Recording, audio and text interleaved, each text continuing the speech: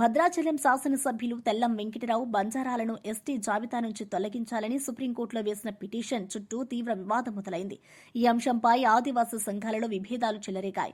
బంజారాలు ST హోదాతో అనేక ఏళ్లుగా రాజకీయ, విద్య, ఉద్యోగ రంగాల్లో రిజర్వేషన్లు పొందుతూ ఆదివాసుల హక్కులను హరించారని విమర్శలు వ్యక్తమవుతున్నాయి. ఇదే అంశంపై భద్రాచలం పట్టణంలో ఆదివాసీ సంఘాల ఐక్యవేదిక ఆధ్వర్యంలో సమావేశం జరిగింది. రాష్ట్ర నాయకుడు చుంచు రామకృష్ణ మాట్లాడుతూ బంజారాలను ఎస్టీ జాబితాలో చేర్చడం వల్ల ఆదివాసీ హక్కులు దెబ్బతిన్నాయని పేర్కొన్నారు. తెల్లం వెంకటరావు, సోయం బాబురావు సుప్రీంకోర్టుని ఆశ్రయించడం సరైనదే అన్నప్పటికీ బంజారా నాయకుల విమర్శలు అనవసరమని అన్నారు. గత 4 దశాబ్దాలుగా భారత రాజ్యం కల్పించినటువంటి విద్యా, ఉద్యోగ అవకాశాలు, అదేవిధంగా రాజకీయ అవకాశాలు అన్నీ కూడా కొల్లగొట్టని చెప్పేసి సుప్రీంకోర్టులో కేసు వేయడం జరిగింది. దానికి అనుగుణంగానే ఈ మధ్యన ప్రజాప్రతినిధుల నుంచి గౌరవ భద్రాచలం శాసనసభ్యులు తెల్ల వెంకటరావు గారు, అదేవిధంగా మాజీ ఎంపీ సోయం బాబురావు గారు కూడా ఈ కేసులో ఇంప్లీడ్ కావడం జరిగింది. వారికి ముందుగా యావత్ ఆదివాసీ సమాజం తరఫున ధన్యవాదాలు తెలియజేస్తూ, వారిపైన వ్యక్తిగత దూషించినటువంటి గోరు బంజారాలు మరి వారి పద్ధతి సరికాదు. మీకు ఏదైనా ఆధారాలు ఉంటే మీరు సుప్రీంకోర్టు సమర్పించాలి తప్ప మేము వ్యక్తిగతంగా మేము దూషిస్తాం, బెదిరిస్తాం.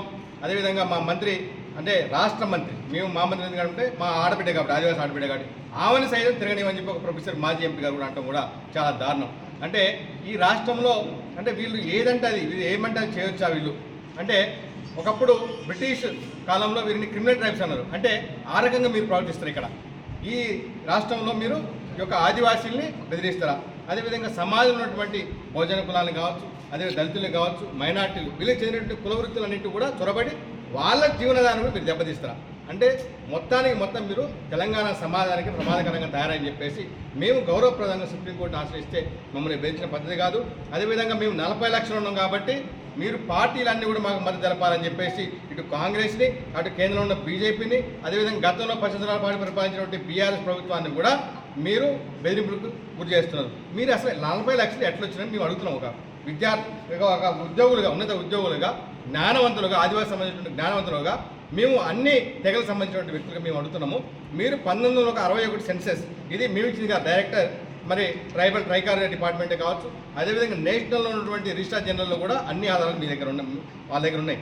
1961లో లంబాడి జనమ 96,174, 1971లో 132,464. దాని తర్వాత 1976 ఎమర్జెన్సీ కాలంలో ఇందిరాగాంధీ అప్పుడు ఆమె మెదక్లో గెలవడం కోసం, మీ ఉన్న ఓటు బ్యాంక్ 25,000 రావడం కోసం ఆమె మిమ్మల్ని ఒక డిఎన్టీ హోదాలో 2% విద్య, ఓన్లీ విద్య కోసం మిమ్మల్ని ఒక జియో 149 కలిపితే మీరు దాన్ని పెట్టుకోని చెప్పేసి మీరు 1981 నాటికి 11,58,342 ఎట్లా వచ్చింది చెప్పండి. ఒక 10 సంవత్సరాల సెన్సెస్లోనే 1 లక్ష నుంచి 11 లక్షలు ఎట్లా వచ్చింది అంటే, ఒకరికి 10 మందిని పుట్టినాలి, లేకుంటే పక్క రాష్ట్రాలు మహారాష్ట్ర, రాజస్థాన్, అదేవిధంగా కర్ణాటక మేము ఆధారాలు ఇచ్చాం. అది వలస వస్తున్నాయి మొత్తం కూడా డాక్యుమెంట్స్ కూడా ఆదివాసీ సంక్షేమ పరిషత్ వారు కూడా హైదరాబాద్ సేకరించి అక్కడ మొత్తం కూడా ఇవ్వడం జరిగింది. అదేవిధంగా 91లో 16 లక్షలు అయ్యారు, 2001లో 20 లక్షలు అయ్యారు. ఇవాళ మీరు ఏమంటున్నారు? ఒక 40 లక్షలు అంటున్నారు, ఒక 50 లక్షలు అంటున్నారు, ఒక 60 లక్షలు అంటున్నారు. ఈ యొక్క కాన్స్టిట్యున్సీలలో 60 నియోజకవర్గాలు మేము ఉన్నాం కాబట్టి మమ్మల్ని తొలగిస్తే మీ పార్టీలు, మీ ప్రభుత్వాలు ఉండవు. రేవంత్ రెడ్డిని తిడుతున్నారు, ఒక పక్కన మోడీని తిడుతున్నారు, కేసీఆర్ని తిడుతున్నారు, ఆఖరికి వీళ్ళు ఎక్కడ తిడుతున్నారంటే హైమండార్ఫ్ కూడా తిడుతున్నారు. మొన్న హైమండార్ఫ్ అసలు ఏం తెలియదు, ప్రపంచంలో ఒక మానవ శాస్త్రవేత్త, ఆయన గుర్తించలేడు వీళ్ళు. ఇంకేమంటే రాబోయే రోజులు ఏమంటే అంబేద్కర్ని ప్రపంచంలోనే విశ్వ మేధావి ఆయన కూడా గుర్తించలేదు. వీళ్ళని గుర్తించలేదు కాబట్టి రాజ్యాంగంలో వీళ్ళని ఎస్టీ ఇవ్వలేదు. కాబట్టి మేమనేది ఒకటే, సరే మాకు 70లో కలిపినప్పటికీ మాకు ఇంత చదువులు లేవు, ఇంత ఉన్నత స్థాయిలు లేవు. తర్వాత కొద్ది గొప్ప చదువుకున్నటువంటి వాళ్ళు కొద్ది మందే ఉన్నాం. ఇప్పటికే మా పాపయ్య గారు లాంటి వాళ్ళు రిటైర్డ్ చీఫ్ ఇంజనీర్, ఆయన మొదటి చీఫ్ ఇంజనీర్, ఇప్పటివరకు ఎవరు కాలేదు. మేము డిఏనం, ఈఏనం, దాని తర్వాత ఎస్టీ అవుతాము, కావు తర్వాత డాక్టర్లు కూడా రిటైర్ అయిపోతున్నారు. తర్వాత రేపో మాపో మేము ఏమంటున్నాం అంటే ఎమ్మెల్యేలు కూడా మీకు ఎమ్మెల్యేలు ఉండనేరు. ఇప్పటికే భద్రాచలంపై సీటుపై కన్నేసిన వాళ్ళు, అదేవిధంగా సారపాక పినపాకపై కన్నేసిన వాళ్ళు, అసరాపేట మాదే అంటున్నారు, అన్ని స్థానాలు మావే అంటున్నారు. కాబట్టి మీకు కూడా నిరుద్యోగులు, రాజకీయ నిరుద్యోగులు మారిపోయే అవకాశం ఉంది. కాబట్టి వాళ్ళు చెప్తే దానికి వెంకటరావు గారు కూడా ఒప్పుకొని మొన్న కేసు వేయడానికి వచ్చింది. అదేవిధంగా మిగిలిన ఎమ్మెల్యేతో మాట్లాడడం, మా మంత్రి సీత గారితో మాట్లాడడం, ఆమె కూడా చాలా బాధపడింది, నన్ను తిరగనీయమంటారు. మరి ఎట్లా, మరి మీరు అందరూ ఏం చేస్తారంటే మేమందరం కూడా ఏకం కావాలి. మనలో ఎన్ని విభేదాలు ఉన్నా సరే మనం అందరం కూడా ఇంట్లో కూర్చొని మాట్లాడుకోవాలి. మనకి జాతికి పట్టేటువంటి ఈ యొక్క పిశాచిని మనం ఫస్ట్ తీసేయాలి. కాబట్టి మనం ఏం కావాలంటే మేము ఇవాళ ఫస్ట్ టైము ఇక్కడ ప్రెస్ మీట్ పెట్టినాం. రాబోయే రోజుల్లో రాష్ట్రం అంతా కూడా మేధావులు అందరం కూడా అన్ని సంఘాలు కలుపుకొని మేము అందరం ముందుకు పోతాం. మీరు కనుక వచ్చే సెప్టెంబర్ 9 మేము 10,000 మందితో ర్యాలీ చేస్తామని చెప్పేసి మీరు ఏదో ప్రకటన ఇస్తున్నారు. కానీ మేము చేస్తే మరో సరూనగర్ అవుతుంది, లేకపోతే మరో రామ్లీల అవుతుంది. ఆ రెండింటిని మించినటువంటి ప్రోగ్రాం డిసెంబర్ 9 నాటికి ఖచ్చితంగా చేసి తీరుతాము. మీరు మాట్లాడితే ఈ రాష్ట్రమే కాదు, దేశంలో కూడా మీ యొక్క ట్రేడ్, ట్రాన్స్పోర్ట్, తండ భాగవతాలు మొత్తం కూడా మేము ప్రపంచాన్ని చూపెడతాం.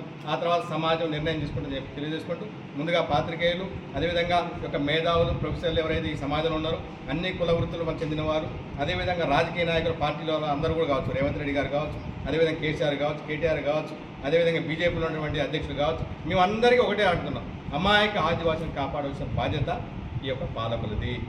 ఈ అమాయక ఆదివాసులు కనుక కాపాడకపోతే మాత్రం సమాజంలో ఉన్నటువంటి బహుజన, దళిత, మైనార్టీ వర్గాలే కాదు, ఉన్నత వర్గాలు, పొంగులేటి శ్రీనివాసరెడ్డి గారిని ఈరోజు ఏ రకంగా అయితే దూషిస్తున్నారో రాబోయే రోజుల్లో తుమ్మల నాగేశ్వర గారిని అట్లయితే దూషిస్తారు, ఇంకోళ్ళు దూషిస్తారు.